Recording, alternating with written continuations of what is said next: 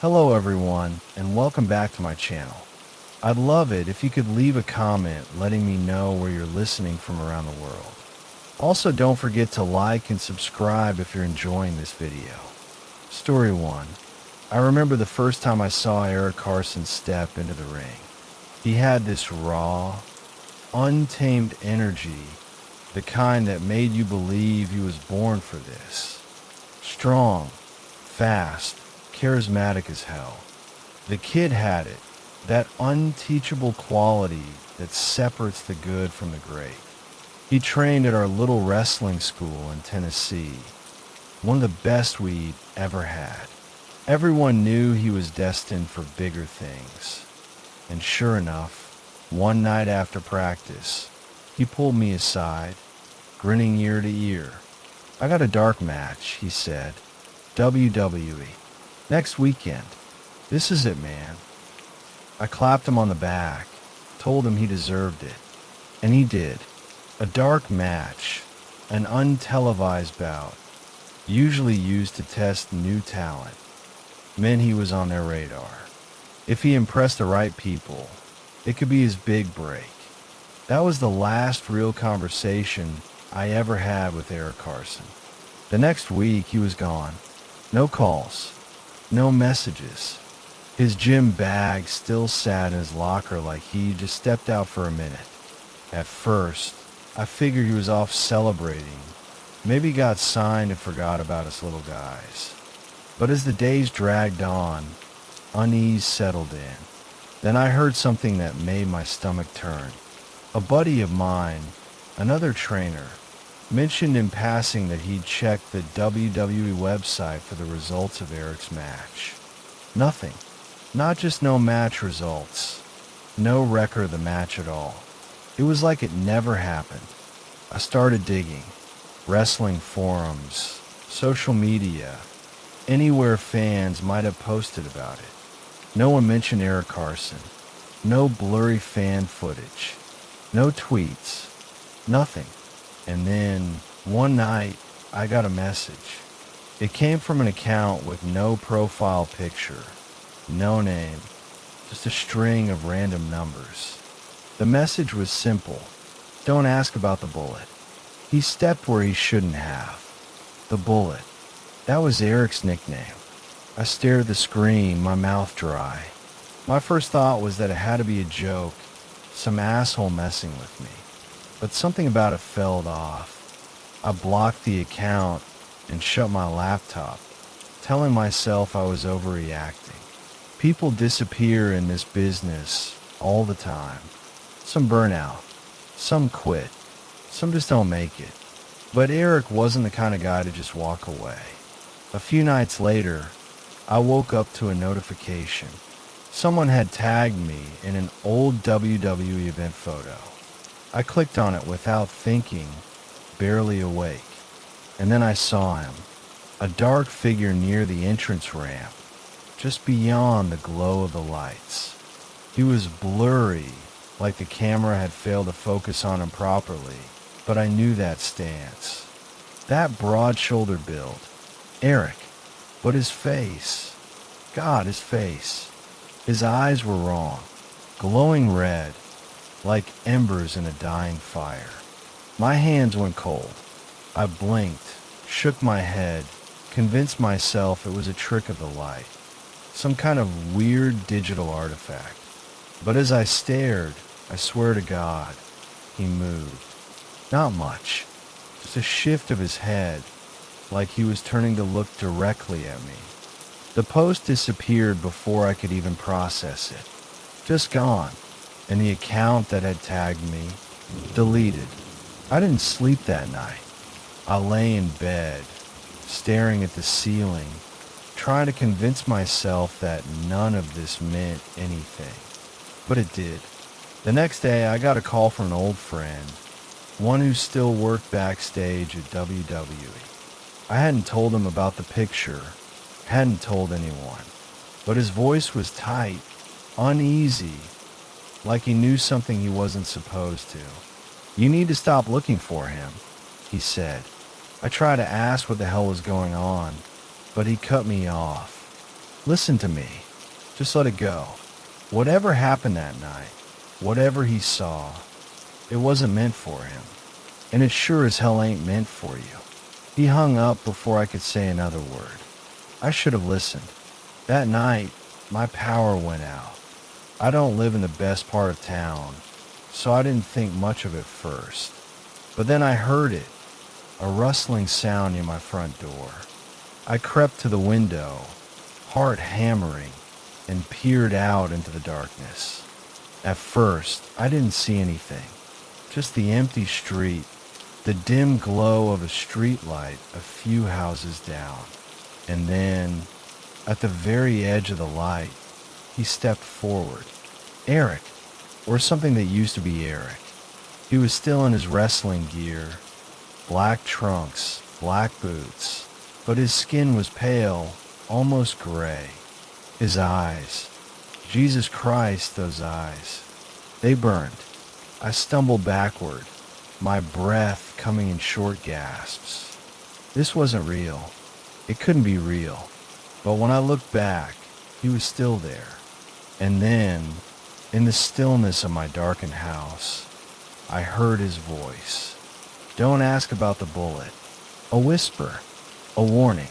I shut the curtains, locked every door, sat in my living room with a baseball bat clenched in my hands, waiting for the power to come back. By morning, he was gone. I don't know what happened to Eric Carson that night at WWE. I don't think I want to know. But sometimes late at night, I get this feeling like I'm being watched. And every now and then, when I'm scrolling through old wrestling videos, I'll catch a glimpse of something, a shadow, standing just outside the reach of the lights, waiting, watching, red eyes glowing in the dark. Story 2. I should have known better. I've been around a wrestling business long enough to know that some things, some stories, you just don't mess with. But when you're exhausted, half delirious after hours of training, and standing in a dimly lit storage room full of relics from wrestling's past, curiosity gets the best of you. That's how it started. The WWE Performance Center in Florida has a storage room tucked away in the back, past the weight rooms and training rings. It's where they throw old props, abandoned gimmicks, and things they don't want to use anymore. The place smells like dust, sweat, and something else, something stale, rotting. A bunch of us were in there one night, killing time after training, just messing around, digging through crates of forgotten history. That's when I saw it. The mask, black and gold, with intricate patterns that shimmered in the dim light like they were watching me. The fabric looked old, but untouched, like it had been waiting. Kyle, one of the newer guys, saw me staring. He grinned. Looks cursed, he said. Bet you won't put it on. I should have laughed it off. I should have left it alone. Instead, I picked it up. The second my fingers brushed the fabric, the room felt colder. The chatter of the guys around me faded, like I was suddenly standing at the bottom of a deep, empty well. But I was too far in to back out now. I pulled the mask over my face, and the world changed. The air thickened, pressing against my chest like I was drowning in something unseen. My ears rang, my vision blurred, and then the screaming. It wasn't in the room. It wasn't coming from Kyle or the others. It was inside the mask, inside my head. I saw him, a man wearing the same mask, black and gold, shining like wet ink. His body contorted, his arms raised like a puppet on frayed strings. And then his mouth, God, his mouth, opened too wide. Blood poured out in thick, syrupy rivers. He tried to scream, but came out in gurgles. The mask was eating him. I ripped it off, gasping like I just surfaced from deep water. The room snapped back into focus. Kyle and the others were laughing, oblivious. What the hell was that? Kyle asked. I couldn't answer. My hands were shaking. My pulse pounded in my ears. The storage room felt smaller, the shadows deeper. That night, I barely slept. When I did, the nightmare came. I was standing in a WWE ring, but it wasn't right. The arena was silent. The seats, thousands of them, were filled with nobody. Just darkness stretching into forever. In the ring, the masked man stood alone, but he was fighting. Something invisible grabbed at him, pulling, twisting. He threw punches that landed on nothing, his body convulsing as if unseen hands were tearing him apart from the inside. And then his head snapped back, his mask ripped open like fragile paper. His body went still, and I woke up, sweating, shaking. I told myself it was just a dream, just my mind playing tricks on me after what happened in the storage room. But the next day, I went back. I had to see the mask again. I dug through the same crate, the same pile of forgotten relics. But the mask, it was gone. I turned to Kyle, my throat dry. The mask, where is it? He just stared at me. What mask? I felt my stomach drop. The black and gold mask, I said. The one I put on last night. The one you dared me to wear. Kyle's face went pale. For a long moment, he didn't say anything. Then, quietly, almost too quiet to hear, I had the same dream. Neither of us ever spoke about it again. But sometimes, late at night, I think about it. And I wonder, was I the first one to wear the mask? Or just the next? Story 3. I swear to you, this happened. And if you don't believe me, well, I wouldn't believe me either. But it did. I've been working as a cameraman for WWE for the better part of 20 years. I've seen it all. Botched spots, real fights breaking out in the middle of scripted ones, injuries that turn arenas dead silent. But nothing comes close to what I saw that night. It was a house show, a nothing event in a nothing town.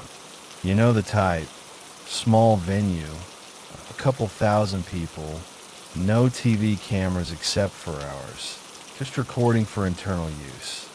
The kind of show where the company tests out new guys, lets the veterans have fun, and doesn't worry too much about making everything look perfect. The card had been running smooth all night.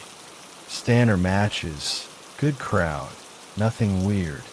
The main event was supposed to be a standard tag team match. 2 well-known guys versus 2 younger up-and-comers. Everyone was excited. Then, the lights flickered. Not a full blackout. Not a dramatic entrance thing. Just a quick flicker, like the power hiccup. The ring announcer, who had just finished introducing the main event, hesitated for a second. He glanced toward the timekeeper's area, then at the entrance ramp, because something was wrong. There was no entrance music, no pyro, no dramatic walk down the ramp. The wrestlers were already in the ring, and not the ones we were expecting. 2 men, both tall, both broad, their faces obscured by shadows from the overhead lights. Nobody saw them enter. The ref, a seasoned guy, been in the business a long time, looked confused, but he did his job. Raised his hands, signaled for the bell. When you work in wrestling, you learn to go with it. Even if something isn't in the script, you keep moving forward. So, the bell rang, and the match began. Except, it wasn't right. I've filmed thousands of matches. I know what wrestling looks like, how bodies move, how wrestlers communicate in the ring. These 2 weren't wrestling. They were moving. like puppets being yanked by invisible strings. Their bodies jerked unnaturally. Their strikes landed too hard, too real. Every move was slow and stiff, but not in a way that looked like bad wrestling. It looked forced, like they weren't in control of their own limbs. And the crowd? Silent. Some were shifting uncomfortably, whispering, a few even leaving mid-match. I've never seen that before. Wrestling fans don't just leave in the middle of the main event. And then, one of them snapped his own neck. No hesitation. Just grabbed his own head with both hands, twisted violently to the side, and dropped like a sack of bricks. The other wrestler, oh God, he fell to his knees, started laughing. Not the kind of laugh you hear in horror movies. Not an evil villain cackle. It was worse. It was joyful, pure, hysterical, childlike laughter, echoing through the arena in a way that shouldn't have been possible. The lights cut out. Total darkness. I swear to you, it was less than 3 seconds before they came back on. But the ring? Empty. No wrestlers. No referee. Just silence. Even the commentary team, guys who could talk their way through the apocalypse, were speechless. Security ran backstage, trying to find the wrestlers. There was nothing. No trace of them in the locker room. No one knew who they were. And the match never happened. I checked the official card later. The match was listed as canceled. There was no record of the two unknown men anywhere in WWE's roster, past or present. And my footage? I swear to you, I filmed that match. I felt my camera rolling. I saw it through my own viewfinder. But when I checked the file later, static, except for one frame. A single, frozen image. The ring, empty, and two figures standing in the rafters. Not people, figures. Shadowy, blurry, just barely human-shaped. Watching, waiting. I quit WWE a month later, and I don't watch wrestling anymore. Because sometimes the match doesn't end when the bell rings. Sometimes it never ends at all.